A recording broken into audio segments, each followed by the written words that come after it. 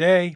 I'm Jim Munchback, and this is Personal Finance. Welcome back to another live stream lecture for personal finance at the University of Houston at the Bauer College of Business. We should be going live on YouTube, Facebook, LinkedIn, and not X. Still not going live on X. We will be doing that soon. This is week number 6, and week number 6 is really part 2 of the assignment we started last week called the Credit Crush assignment. And yes, last week we did this setup for the assignment. So it's 10 a.m. We're a little bit early, and I'm going to just do a couple of reviews while we're going. I think we've already pretty much talked about the Credit Crush assignment big idea. Hopefully we did. I know we did, but let me just remind you that the big idea of Credit Crush assignment is for you to understand the cost of credit and how the credit card companies and credit companies in general can make you a victim of their product. And it is a product, it's not a privilege. Credit is a product, and they use all the tools, they being the credit industry, they use all of the tools at their disposal to target you. So that's really the big idea. The desired outcomes. I just want you to learn how to protect yourself against their tools. And so you updated some data cards in your RightCapital financial plan, including a mortgage. You went out and did some research. Hopefully, those of you who I've created, you did a great job. Uh, you got a car loan, credit card, debt of at least $10,000. You did a little review of your debt management strategies just to get familiar with it. This week, you're going to finish that assignment. This week's assignment should be really straightforward and really easy. If you spent a few minutes last week familiarizing yourself with the tools in RightCapital. So one thing I wanted to do is just check my little playground before we get started. It's working. Yes. Last week I pushed these buttons and nothing was working. This week I shut down all my apps and restarted my computer before going live. But one thing that I did this week that I didn't do last week is I updated to what is it? To, Tacoma 26 on my MacBook right there, that MacBook over there. Have you guys done that yet? If you've got a Mac, have you updated to the most recent operating system on your Mac? It's got some bugs. I'm not totally thrilled. It's different. It's got liquid glass. So anyway, that's all just stuff.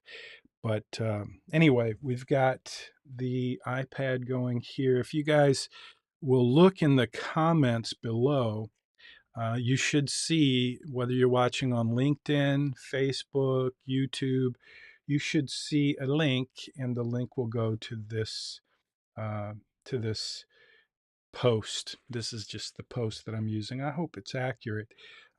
This is so similar to last week's assignment because last week we did the setup.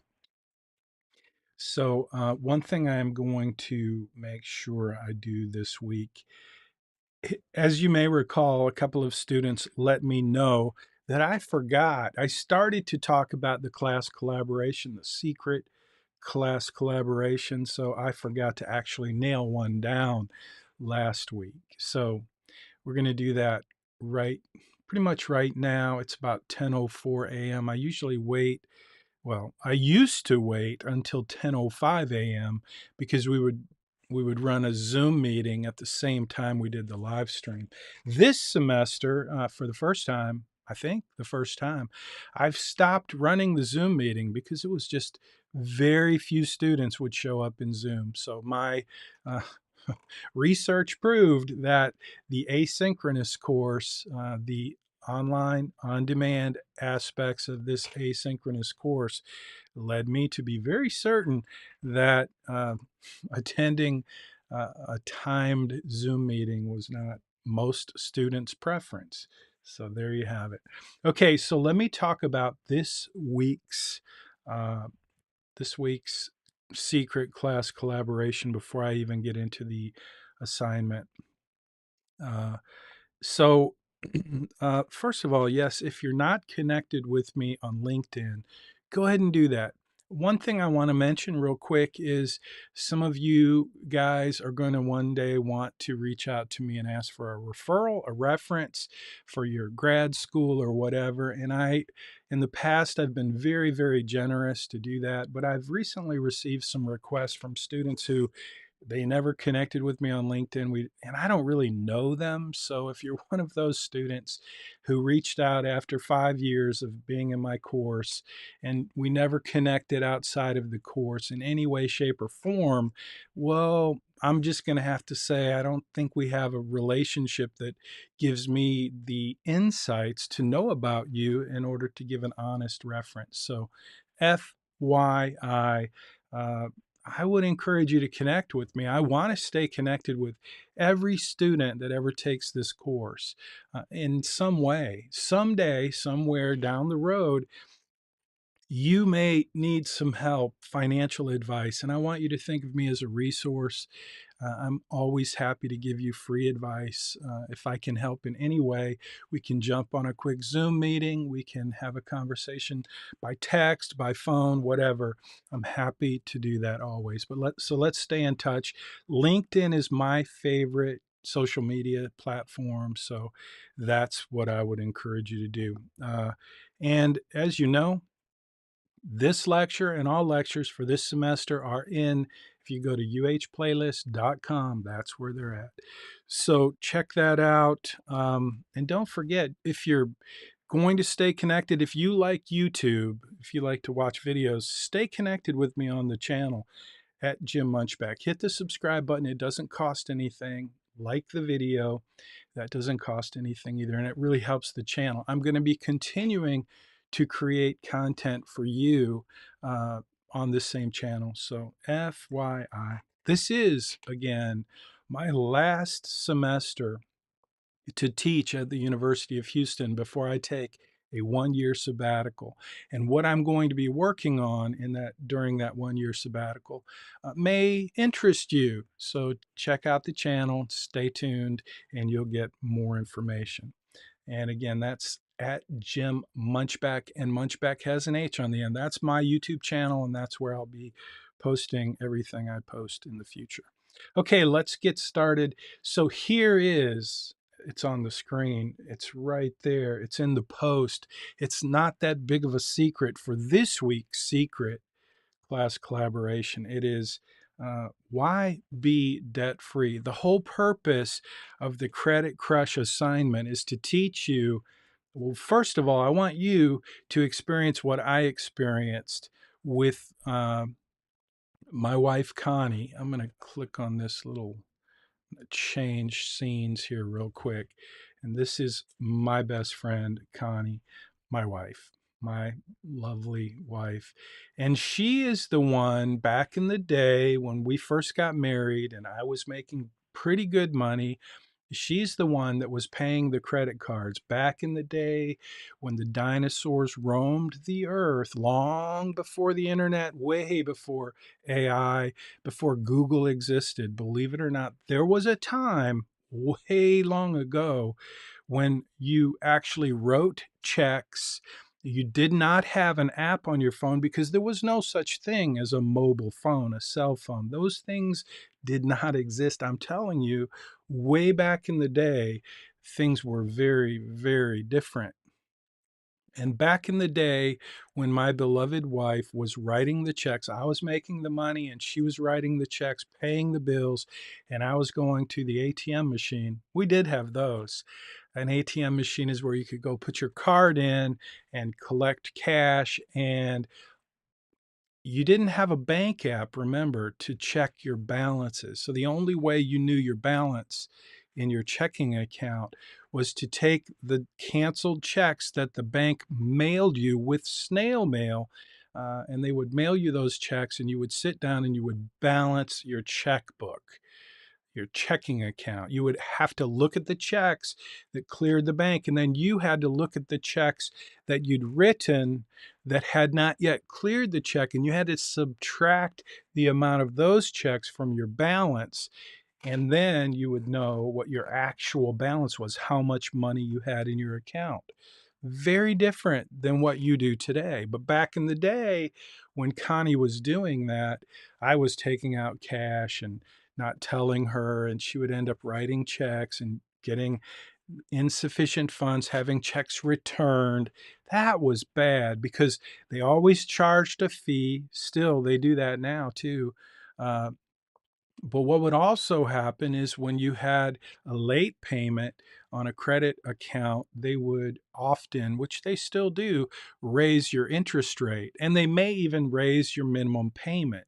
Now, the minimum payment is something I want you guys to understand, because one thing you're going to do this week is when you jump into, and you did it last week too, and I'll talk more about it, but I want you to see how paying the minimum payment and letting that interest continue to be added every month to your account balance and paying the minimum payment, how that ultimately results in your account balance going up, up, up, and up. That's the whole point of the credit crush assignment.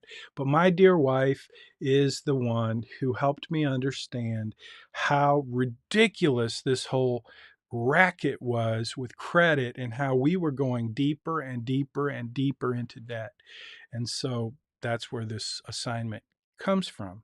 So the again, the excuse me, the secret class collaboration comment that I want you to talk about is being debt free. Do you, how do you feel about being debt free? I want you to think about that. I want you to post a comment, grab the screenshot, just like every other secret class collaboration. It proves to me that you watched this lecture, which you're required to do. So why be debt free? What do you think about being debt free? I get lots of input from students who tell me that debt is a good thing, and it is a good thing. It is a tool and it can be used in a good way. So, again, back to my wife, Connie, I want to remind you that my wife, Connie, is one who really influenced me over the years with how to manage money. And my wife, Connie, we owned this house that I'm sitting in right here in this is I'm actually sitting in uh, a studio that I built so that I could teach this course. I'm sitting in our house right now. It's actually not even our house. This is actually part of the garage that I converted to a studio. It's got foam insulation and air conditioning, and it's quiet and it's away from the house, and it's one of my favorite places to work. I call it my playground, and that's what you're looking at.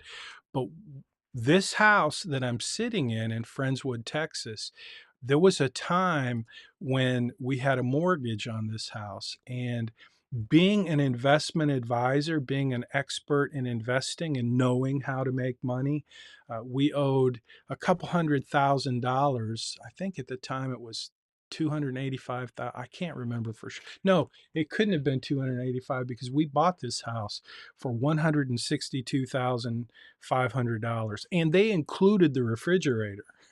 Back then in 2000, July of 2000, when we bought this house, my wife and I, we bought as much house as we felt like we could afford. And of course, the cost of housing has gone up, up, up.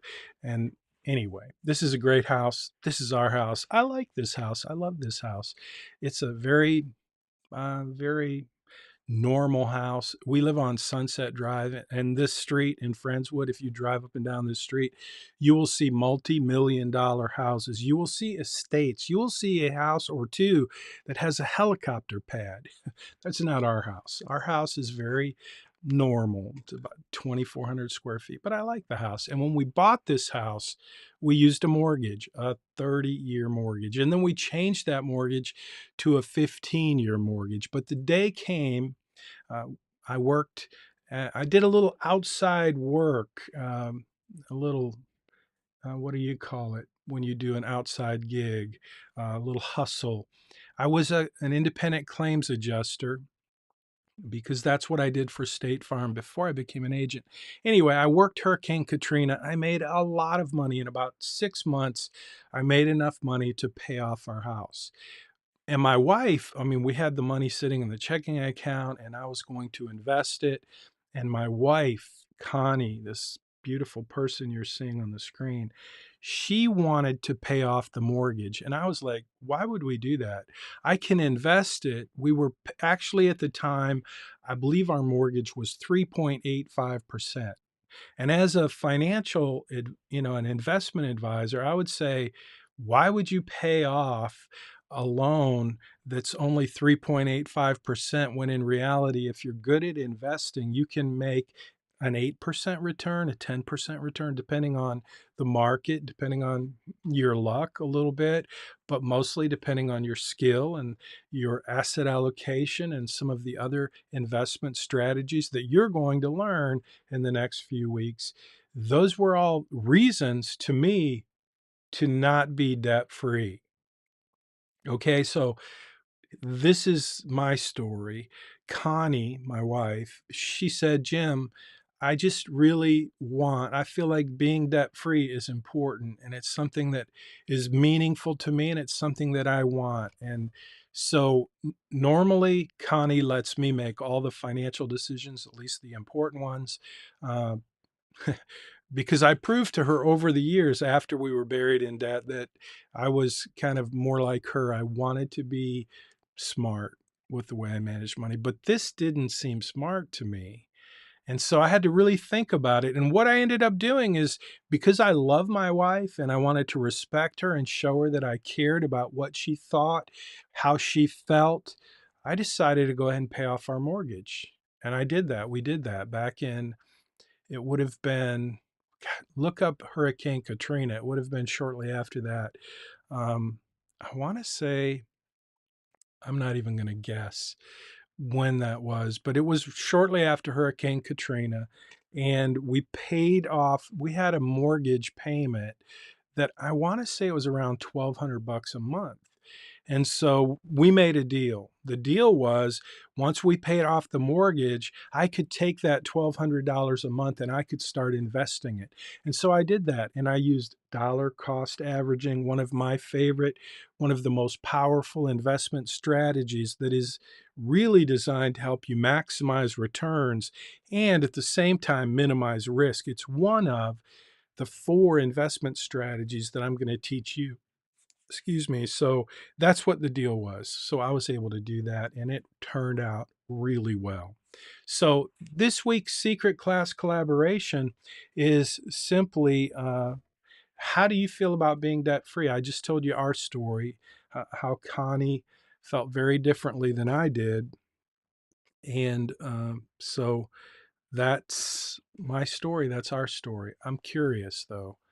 How do you feel about being debt free? Look, the Credit Crush assignment, you're going to see in just a minute what you're required to do. And you're going to need to do that to get the points that you want in this assignment. But it has nothing to do with the choices and decisions you make in your real life when it comes to managing money. So, in this secret class collaboration about being debt free, what I want you to talk about and talk amongst yourselves and have a conversation and share that screenshot with me that you had that conversation. But I'm just curious how you feel about being debt free. Okay, so that's that. All right, let's jump into the actual assignment here. And this is what you're going to see when you go into your Right Capital financial planning portal. And it's really simple. You should already be very familiar with this because last week, this is what you did. And I want to just remind you about your spending tracker. Are you guys keeping up with that? Hopefully, if you selected a tracker like your bank app, then you're good to go. Um, if you if you're using Excel or anything manual, then my question is, how's that going for you? Because it's a lot more difficult for you to do that uh, if you're doing it manually. Hopefully, you selected something like your bank app or mint.com, or maybe you even decided you like RightCapital and you linked your accounts. Again, please don't send me an email and tell me that you're not comfortable linking your accounts in RightCapital. I don't expect you to do it if you're not comfortable with it. But it does have the same bank level encryption as mint.com, which is the most probably the most popular tool we've ever had in this course as far as tracking your spending. But if you just use one debit card, then with Bank of America, for example, or Chase or whatever, then that's all you really need. And you will be able to gather all of your spending for the entire semester. Don't forget, if you do assignment 12, that's part of the requirements is to prove that. Okay, so I want to talk about really the most important screen. This is the most important screen you're going to do this week. And it's really just a before after. Before you apply your debt strategies, what does it look like in your plan? And then after you apply them, now you'll notice what I'm showing you here is Billy. We talked about Billy last week. I call this my Frankenstein plan. And you can see that the savings amount, just look at that and grab a screenshot, because that's what you're going to do in your own plan. You're going to grab a screenshot from your plan in RightCapital. When you click on those three little dots at the top right, it's going to take you to the debt strategies, and you're going to do what I showed you how to do last week. But this is the most important screenshot of this week's assignment because it shows the before and after. And you'll see that Billy has like 831 million in savings. That's because his plan has a tremendous amount of debt and he's paying the very bare minimum on every payment and he's got lots of accounts. So it's just to illustrate what Connie showed me back in the day when she was writing the checks to the credit card companies. And she showed me that the balances were getting bigger and bigger and bigger every month. And that's when we realized this scam of credit and the minimum payment, how that works against you to get you to end up buried in debt, which is what we were doing. So that was kind of our story. Uh, and getting debt free came years later after we were in a much better place financially than we were in those early years. So, anyway, that's the most important screenshot. And that's really this week's assignment. So there's not much more to say about that. Let me take a look at a preview for next week. Next week's assignment is bargaining and negotiating, and it's a fun assignment.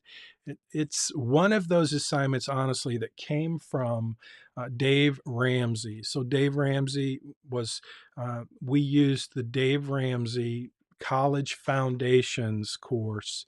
They put together this entire curriculum for college students. And in 2012, when I started teaching this course, students would pay $100 to get access to Dave Ramsey's platform, his college curriculum. And then I would teach, and then I would put together assignments. And he had some assignments, and yada, yada, yada.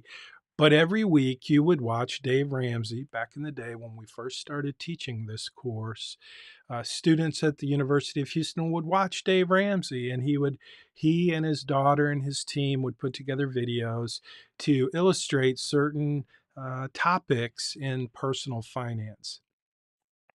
And I got kind of tired of watching Dave Ramsey. I ain't gonna lie to you. It's like over and over, semester after semester, it was the same content. They still, to this day, as far as I know, they haven't updated that content. So it gets a little timed.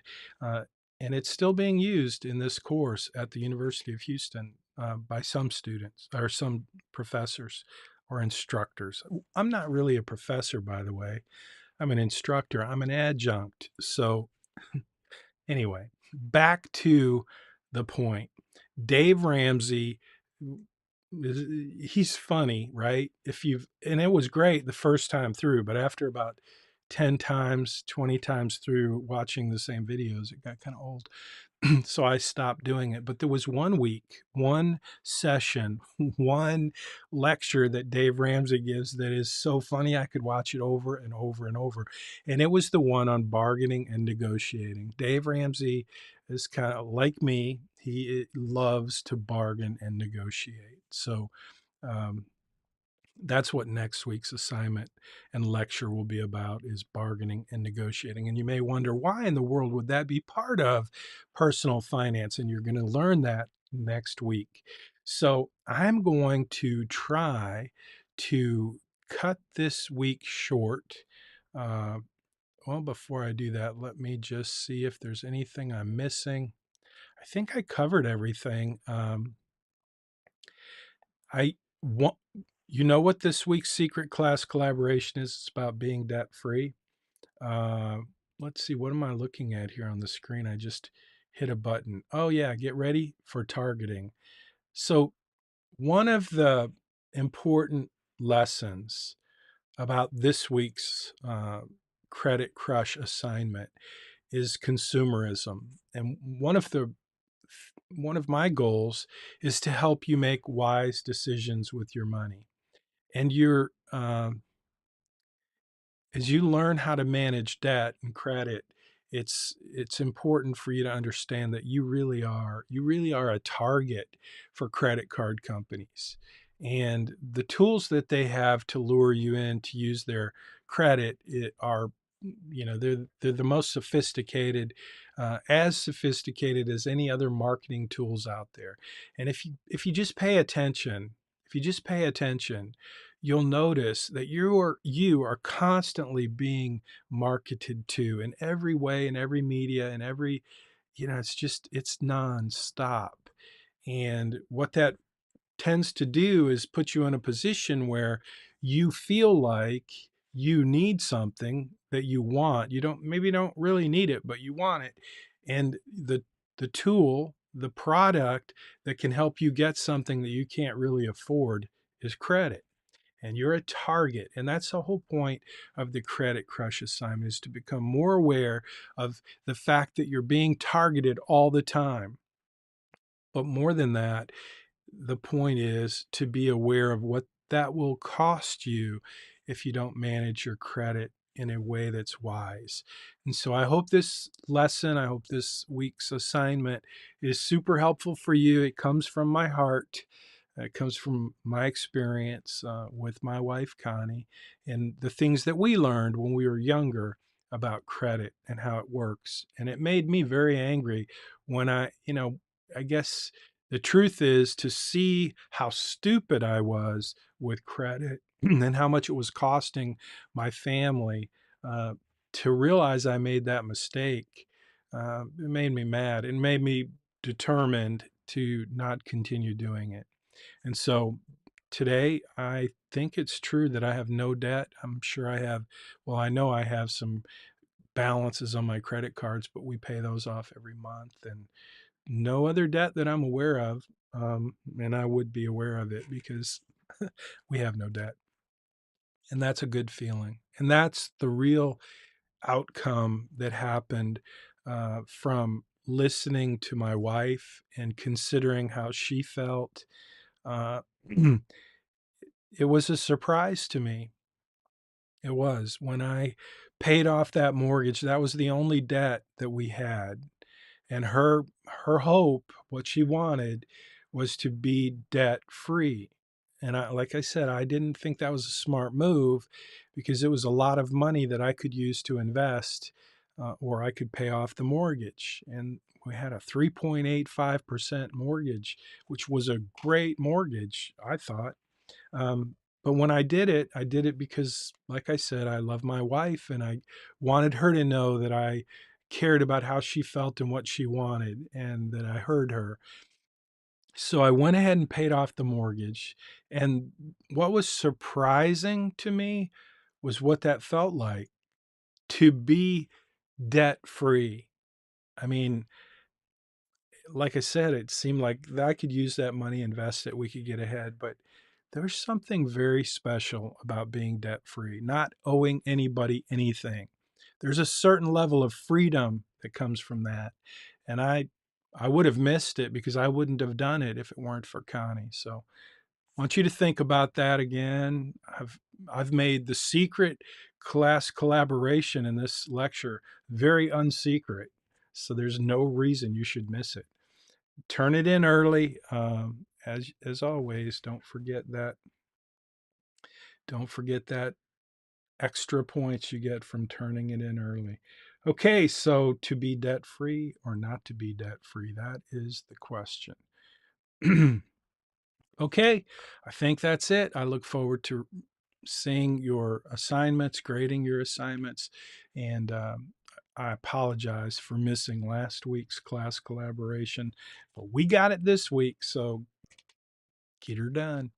Have a good week, and I'll see you soon. I'm going to go ahead and hit the finish button and end the broadcast.